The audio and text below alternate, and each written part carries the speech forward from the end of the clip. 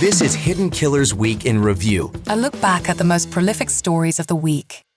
This is Hidden Killers with Tony Brueski. Bryan Kohberger and the big ol' report that he did. Crime scene scenario final.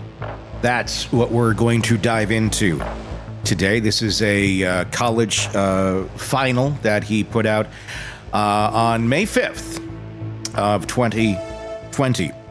It's a report basically detailing how not to get caught and how to secure a crime scene, and also how not to get caught stabbing people.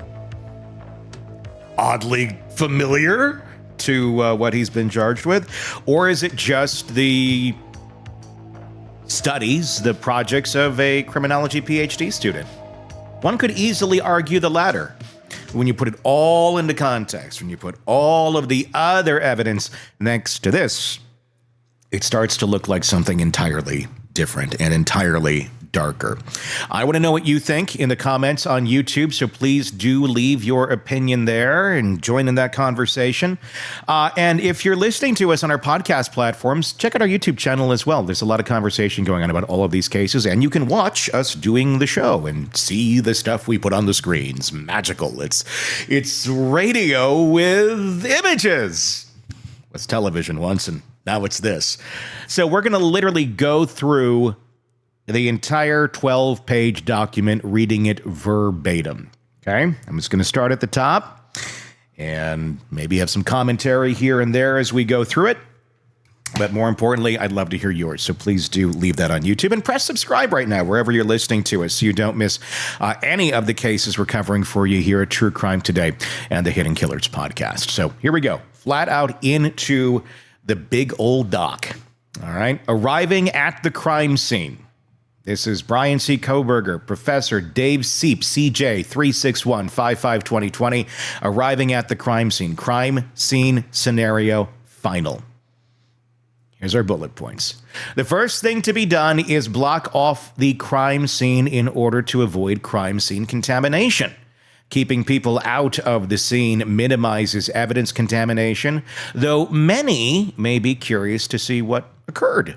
The theory of transfer states that we bring something with us to the crime scene and take something away, thus skewing the crime scene from the original state by contamination. This is because the original state of the crime scene was left by the criminal suspect. Lack of contamination allows the scene to be a snapshot in time.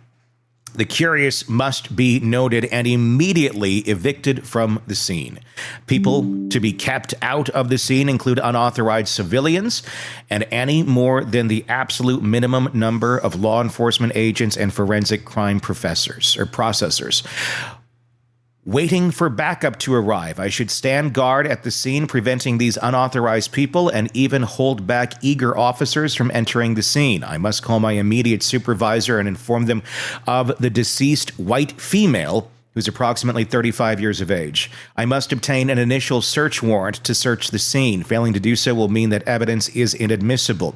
This is another reason why holding personnel from entering is key. The coroner must be called in order to pronounce the woman dead, and EMS should be called if they were not already called by the patrol officer 15 minutes earlier, as they would have provided emergency care if the woman showed signs of life. This would have been important for many reasons. Her livelihood is one reason, but from the stance of a patrol officer or a criminal investigator, she may have given a dying declaration of her attacker when information of her impending death. Forensic services are next on the list to call, as they are best equipped to handle the evidence, process it, and ensure that there is not any contamination. Their van also contains the best equipment for forensic investigation. A cursory search of the immediate area should be done, and any observations should be recorded in my field notes as to ensure the integrity of the preliminary case report. Officers who are not needed at the residence should ensure that the general area is searched for anything that stands out as well. This includes the area of the trailer park, which contains 62 trailers. This is all part of the project, and this is the scene, the fictitious scene, I should note, that he is describing here. This is not anything to do with the murders that he's alleged to have committed. If there is anyone in the trailer, they should be moved out and questioned.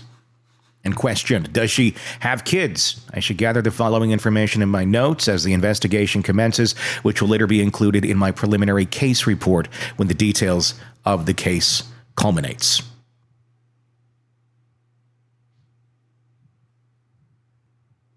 Continuing on, the offense, the time of date, and the approximate time of offense, if known, identification of the victim, the location of the offense, the method of operation, if known, and the identification of the officer. Since the offender was not there, I would be unable to record this information initially, and the specifics of the crime won't be known until confirmed by the crime lab. Getting the approximate time is important and can be indicated by rigor mortis, which sets in at about 12 hours, or putrefaction, about 10 to 20 days.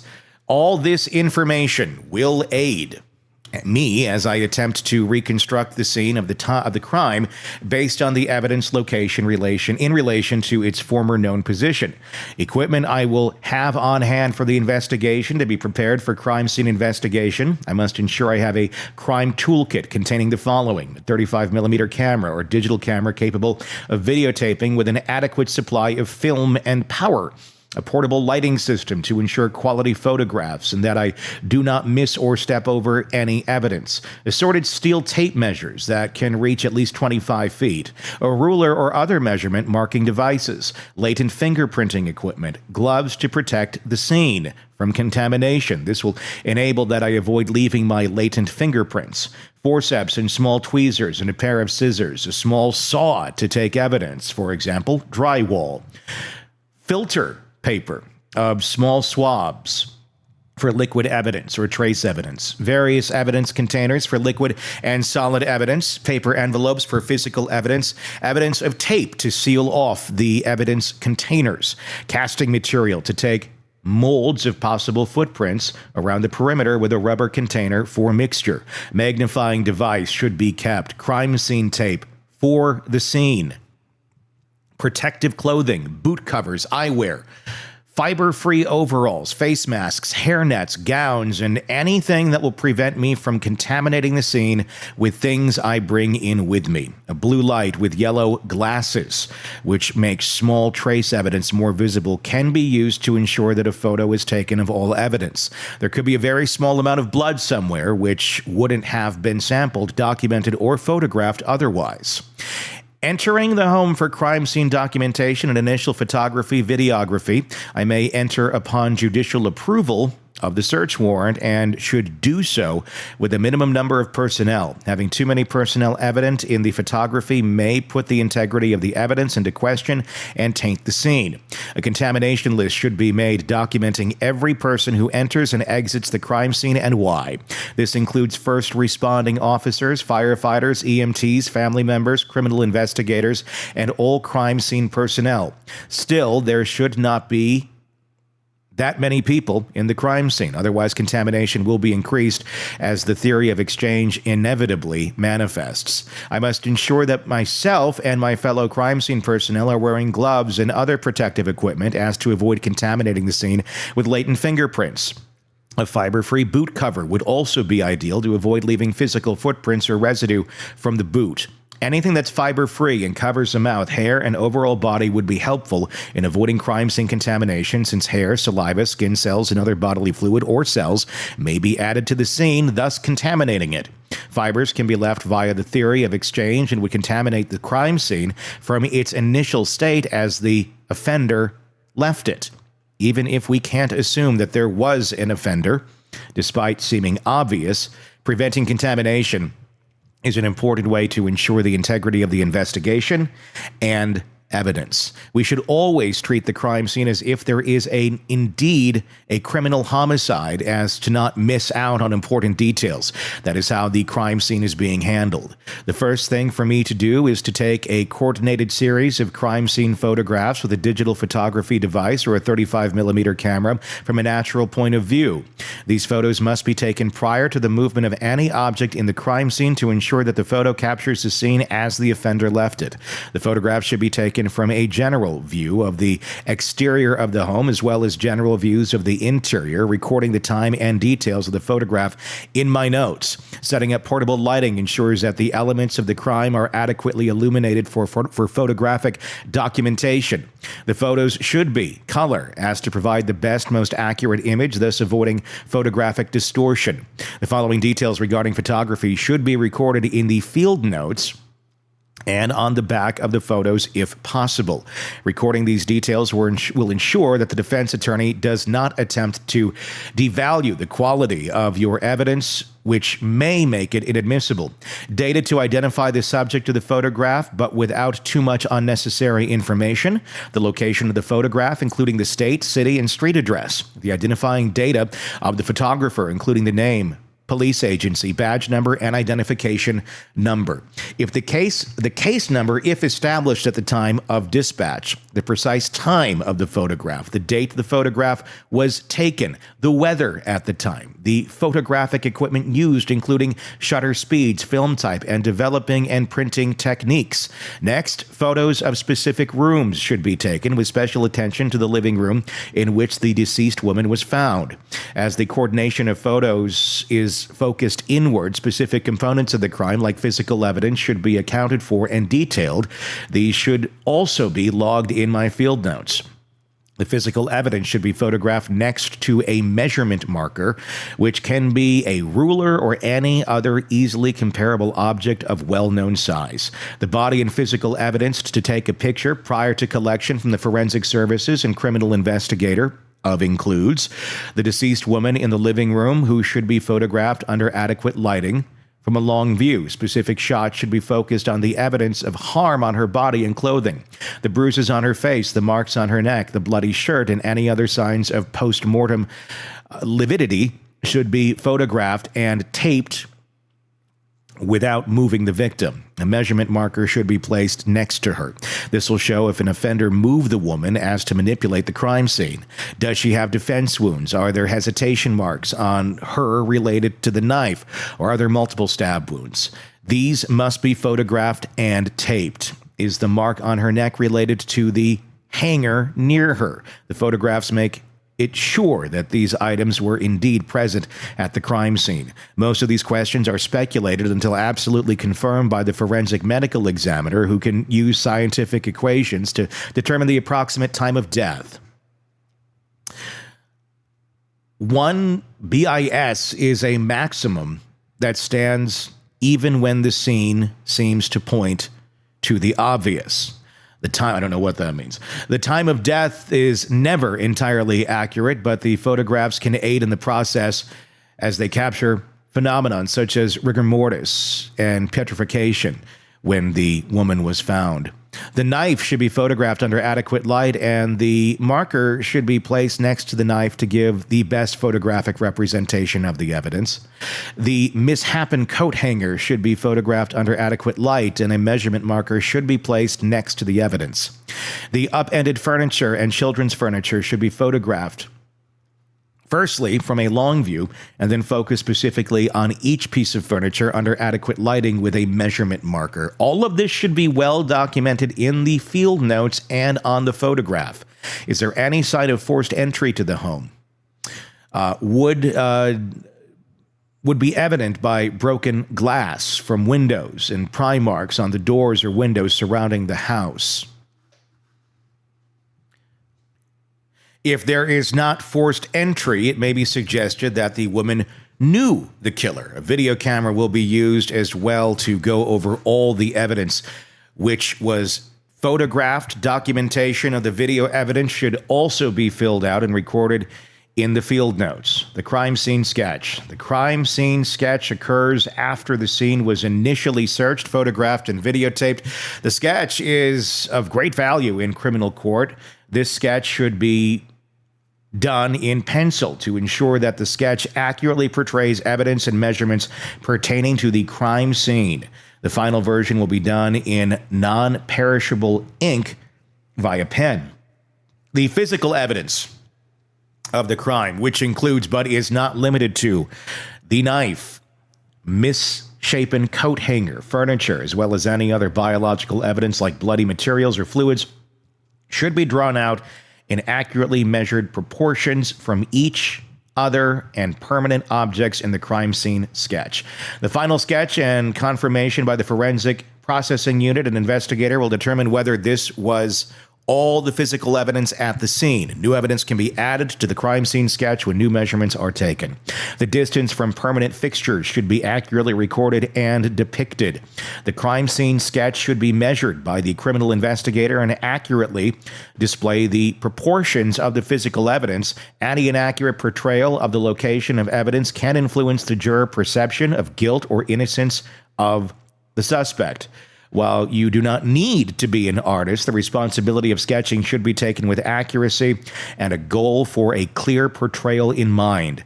Though I can assign another officer to sketch it, I have decided to take the task on. A 25-foot steel measuring tape should be used to record these exact and accurately recorded measurements of the physical evidence and permanent objects in the house.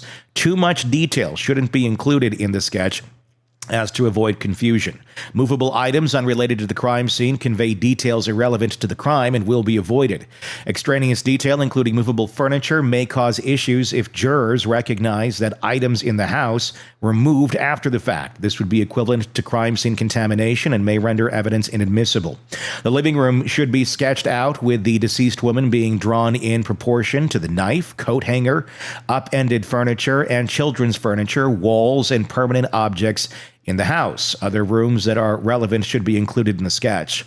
I've decided to use the rectangular coordination method, with two right angles being outlined in proportion to the physical evidence and permanent fixtures centering around the living room. Projection can be used to document biological trace evidence like blood stains or physical evidence that imprinted on the walls. Bullet holes would be something that should be ruled out, and if bullet holes are present, they should be documented on the 3D exploded sketch before the drywall is removed via saw. Though it appears obvious that the knife was used in this crime, we do not know for sure and should make sure to document everything and look for less apparent evidence. Even if there was an item introduced to the scene by an offender to throw off investigators, it is not the job of the criminal investigator processing the crime scene to jump to conclusions. The crime lab will be able to decipher with specific certainty what is and is not an original element of the crime. Staging is common, for example. The offender may have taken items from the house to make it look like a burglary turned robbery, which went wrong. The official crime preliminary report should include the accurate sketch with the following details included: the name of the investigator and the identifying badge number, a detailed location of the scene, such as the city, state, and street address. The living room should be noted as the center of the sketch. The date and exact time of the sketch was first drawn in pencil. The evidence listing key, which shows evidence as corresponds to a letter or mark indicating in said key or indicated in said key. The case number of the investigation, a compass arrow to give direction. The scale of the sketch should be included or the words not drawn to scale. I'm choosing to draw to scale, where 1/4 inch equals 1 foot. The computer-aided design program CAD, which uses laser lights and takes up to 25,000 measurements per second in 3D, may be utilized if available for the scale of the scene is most accurate. I would request the CAD if available, for it gives the best portrayal of this serious crime, allowing for an accurate point of view and zooming of particular elements of the crime scene. The more comprehensive crime scene search using the strip method search method in order to collect evidence from the interior of the residence. I will assign roles to officers on the scene, briefing them to watch for what they're stepping and not act impulsively or without great care. Hasty actions will lead to valuable evidence being trampled and lost. The strip search method is what I have decided on, as it allows for the interior of the crime scene to be searched from one end to the other with more than one officer or forensic processing unit. The exterior of the property should be searched from one end to the other as well, switching to a grid search if necessary, walking from one end of the scene to the opposite end of the scene. I will then turn around and cover ground to the right or left without stepping on the same spot twice. The rooms of the trailer should be searched in this method with special attention to the living room where the victim lies. Assigning a CSI or officer and myself to this section, living room, would allow that the scene is thoroughly checked. As I move from one end to the other, I will make sure that I shine my flashlight ahead of myself to ensure that I do not damage or carry away smaller pieces of physical evidence. Smaller items of physical evidence include wood chips, hairs, paint flakes, glass fragments, or small fibers. If not careful, these may be lost before even accounting for or observing them. If new pieces of physical evidence are uncovered, I will take note of it for documentation and photography, videography. Things such as footprints inside and outside should be prepared to be photographed and videotaped. I must photograph and videotape the new evidence as well as log it in the following information and account for it in the crime scene sketch. The time and date of evidence discovery, the location that I found the evidence, the name of myself or whichever officer, CSI, or criminal investigator discovered it. As this is a serious crime, I have chosen that specialized crime scene personnel will assist me. A description of the evidence, any identifying marks to further detail the evidence, the name of the officer who witnessed the find. This will ensure that there is no question that this was indeed an element of the original crime scene. This will save the investigator setbacks in court. All the information that is carefully recorded regarding the crime scene evidence aids the crime report. The location of this evidence is very important, for it may give us the following information. Let's continue with the following information. Establish the tracing of or identification of the suspect, establishing the suspect's modus operandi, MO, or identifying similar MOs via information added to the FBI's Violent Criminal Apprehension Program, VICAP, from the completed crime report. Confirming alibis or exposing lies, disproving the alibi, connecting suspects to the crime or eliminating suspects, the identification of contraband, stolen property, and other illegal items, identifying victims if they are not identified. For example, we can't assume the woman lives at this residence before confirming it. A dead body may not be initially tied to the residence. Providing investigative leads, for example, checking into the husband or boyfriend and the location of the children based on the crime scene evidence is warranted. Providing a statutory element of the offense. The collection of items of evidence, like the crime scene photography, larger items of physical evidence are taken first. This includes the disheveled furniture and children's furniture, cell phone and computer, if there, the knife and coat hanger. The body will be taken later by a CSI with a coroner for custody to wait for analysis by a forensic medical examiner trained to perform the autopsy. The knife should be examined for latent fingerprints to be logged separately. Same with the coat hanger, doorknobs, and around the house, upended furniture, cell phone, and virtually any physical evidence big enough to grab. Crimes of passion are rooted in emotionally and impulsivity. If this is the case, we can likely count on there being latent fingerprints on the doorknob and all over the knife and victim. Smaller items of biological or trace evidence, such as hair and fibers from the clothing, must be collected using metal forceps or tweezers as to avoid damaging this delicate evidence, which may hold significant value in the criminal investigation. Fingerprints and footprints and class evidence to be taken, or our class evidence, and to be taken with molds or a fingerprinting kit. Fingerprints should be entered into AFIS. I should use a swab where applicable to collect fluids or skin cells which contain DNA. The shirt likely contains not only the blood of the woman, but the blood of the possible offender. DNA from biological evidence should be swabbed, placed in a vial, documented in notes, and on the container for the evidence chain of custody, and included to be sent to the crime lab. The shirt will later be bagged and taken separately as physical evidence. I should make sure to swab under the fingernails to see if the DNA of the offender is there. She likely dug into their skin. Is there evidence of sexual assault or semen present? This evidence should be marked, swabbed, and collected in a glass vial for cellophane bag. Is there evidence of personalization? Does the offender take something, or did the offender display an excessive need for control over the victim, as demonstrated by a possible sexual assault and murder?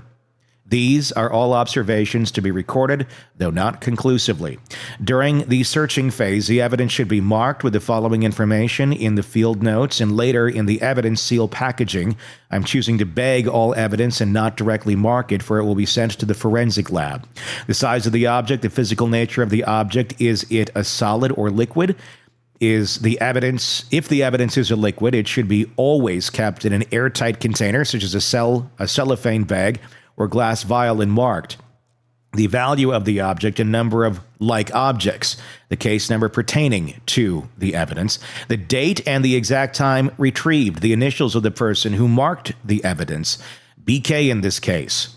The process should be done as so many times as needed, as it may occur up to 1,000 or more times. It must be counted accurately, and the quantity should be accurately recorded on the container, packaging the evidence for the forensic lab. Each item I collect, including but not limited to the knife, coat hanger, and bloody clothing on the woman, must be packaged in the proper way for forensic lab analysis. I must use separate containers for evidence, not mixing things up and causing confusion, no matter how daunting this may be. I must use new, clean packaging that was not previously used as to avoid contamination. Obviously, blood or other biological evidence renders a container spent. Avoiding metal containers, which can be reused, is ideal to confirm the container is indeed disposed of afterwards. The package must be sealed with a strong medium, such as strong tape. Items of clothing need to be kept as is and not folded. I must keep evidence that was found in a container as it is and mark it. I must include a letter of transmittal to state what type of analysis must be done. For example, wound analysis, DNA or fingerprinting, even ballistics. Again, I must account for and log all this evidence in the chain of custody form: where it was found, how, when, and who is transporting it, and where is the evidence locker located. The woman must be removed by a certified professional and sealed, taken into custody by the coroner, and sent to the forensic medical examiner for forensic autopsy. This must all be logged in the field notes and initial crime report before compiled in the closing report. The crime scene will be surveyed if necessary, but the longer the time it takes to do so, the more the chance a crime scene is contaminated. When mailed, I must always send the evidence in registered mail enclosed with a secure receipt. The careful collection of evidence is all necessary for the crime lab criminalists to be capable of analyzing all elements of the crime, being that they rarely come on the scene. Evidence chain of custody and inventory receipts. The careful description of evidence, when and where the evidence was found and who found it, are all related to the evidence chain of custody. All evidence must be described and then transported and placed in an evidence locker. The identity of the transporter and the location of the evidence locker must be accounted for. If the evidence taken out of the locker and the police department, or if the evidence is taken out of the locker at the police department, it must be recorded who did so and why they did so.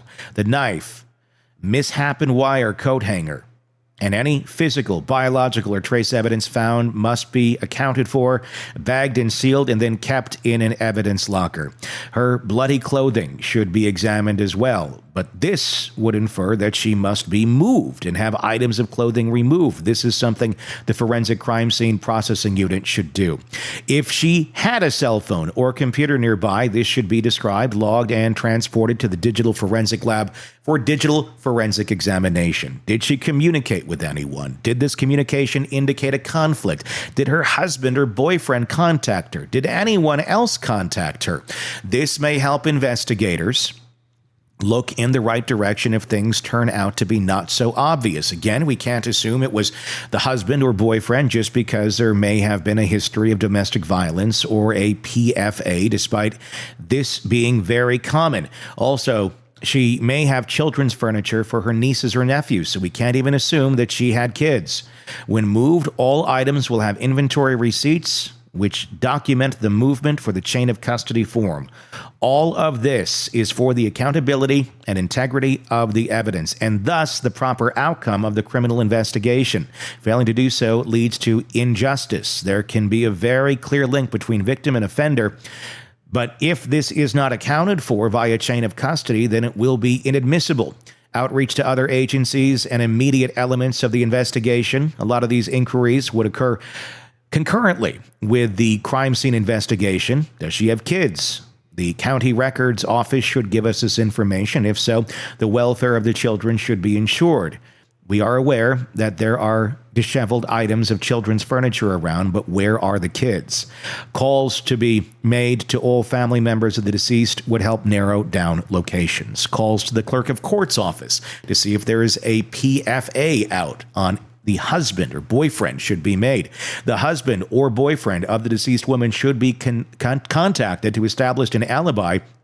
He needs to be immediately located and questioned. The kids should be located as soon as possible, and an Amber Alert should be set if they are not accounted for. Does their father even have rights to see the kids under normal circumstances, and did he take them? Neighbors should be questioned to see if the father was around or if any suspicious person was present. Anyone who normally passes by the scene, such as a mailman, should also be questioned and an alibi established.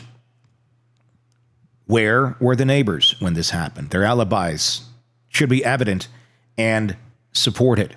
Did they notice anything unusual? Maybe the father was seen with the kids leaving the scene. This can be important evidence if the father is not responding and the kids are not located. The Amber Alert can be set based on the vehicle plate numbers and description of the father, if applicable. Eyewitnesses and surveillance footage in the trailer park surrounding area, drugstore, which oversees the trailer, or nearby gas station can give us information on the crime. Surveillance footage is circumstantial evidence, but may lead investigators in the right direction and to the apprehension of the suspect. If we can't gather conclusive information by the end of the investigation, the FBI's Violent Crime Apprehension Program, VICAP, can help. VICAP may be utilized if this case happens to be unrelated to a domestic dispute. This may be the work of a serial killer, though this is highly unlikely. Still, we are only looking at the facts of the investigation rather than conjecture, and we can only say for sure once the suspect is apprehended and the evidence is strong enough to say what happened with scientific certainty. The compilation of evidence in the preliminary report, progress report, closing report, and prosecution report. My notes establish that I wrote a thorough and accurate preliminary case report which contained all the facts of the case. I will need to update it with a progress report as we track down suspects and eventually create the closing and prosecution reports, which will be used in court if we get evidence of a specific person who committed this specific crime. The closing report will be the culmination of all the facts after investigation and lab analysis, which lead to the most accurate reconstruction of the scene possible. The steps that I have listed will ensure that the prosecution report and the closing report reflect a proper investigative procedure with full admissibility of evidence into court. All the notifications were made, and the evidence chain of custody and investigative procedure ensured the integrity and accuracy of the evidence of the crime scene. With thorough documentation, it is unlikely that the defense will be able to discredit the investigation and render evidence inadmissible. The clear information will allow the jury to deliberate based on all the evidence. Finally, adding this information to the FBI's National Incident-Based Report System, NIBRS, will allow the FBI's Uniform Case Report, UCR, to give summative information of all applicable crimes to help police officers, criminologists, and criminal investigators understand the social trends of the crime, thus aiding future cases. There you go. That is the Bryan Kohberger report. From front to back, that is everything. That was a long, I'm going to be honest, kind of boring read. Crime scene scenario final. That's what everybody's talking about. Clearly, the man had a general idea of how to carry something like this out and not get caught. Until he got caught, if it's him. Let me know in the comments what your thoughts are on all of that. Is this a big piece of evidence in the case? Is this something that's going to be big in court, or is this just a report that a criminology student was doing in 2020, years before the crime actually took place, or he had an idea to do the crime? Tell me what you think. And be sure to press subscribe wherever you download podcasts or you're listening to this or watching this so you don't miss any of our updates. My name is Tony Brueski. I thank you very much for doing all that and for watching. The The latest true crime stories, expert breakdowns, and shocking twists, all in one place. Press subscribe now to the Hidden Killers podcast and True Crime Today.